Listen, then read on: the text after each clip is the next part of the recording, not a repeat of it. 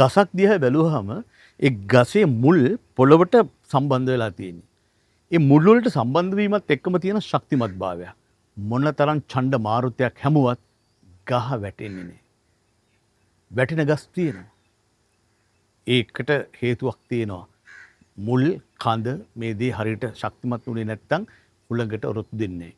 අපි හුළඟට ඔරොත්තු දෙන ඡණ්ඩ මාරුතයට ඔරොත්තු දෙන ගහක් වගේ ඉන්න නම් ක්‍රිස්තුස් වහන්සේ තුල මුල් බැස ගන්න ඕනේ. අපිට ශක්තියක් නැහැ. අපිට දුන්නු දෙවියන් වහන්සේගේ උතුම්ම තෑග්ග තමයි ක්‍රිස්තුස් වහන්සේ. ක්‍රිස්තුස් වහන්සේ තුල ජීවනයේ තිබෙනවා.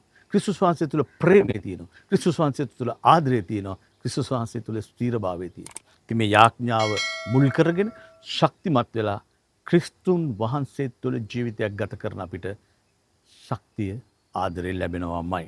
ඉතින් බලන්න පවුලතුමා කොලොස්සියරුන්ට ලියන ඔබ ක්‍රිස්තුස් ජේසුස් වහන්සේ ස්වාමින් වහන්සේ ලෙස පිළිගත්තාක් මෙන් ඔහු තුළ මුල් බැස ගොඩනගා ඔබේ ජීවිතය දිග්ගටම කරගෙන යන්න. ස්ථීරසාරව ජේසුත් එක්කයි ගමන යන්නට ඕනි. අද ජේසුත් එක්ක හෙට වෙනත් කෙනෙක් එක්ක නෙමෙයි. ස්ථීරසාරව හැමදාම අපේ ගමන විය යුත්තේ ජේසුත් එක්කයි යන්නේ. ජේසු අපි අතින් අල්ලගෙන අපි උන්වහන්සේත් එක්ක යන ගමනේ අපට වරදින්නේ. ජේසුත් එක්ක යන ඒ ලස්සන ගමනකට අද ඔබට ඒ ආශිර්වාද ලැබේවි. යේසු පිටයි. No,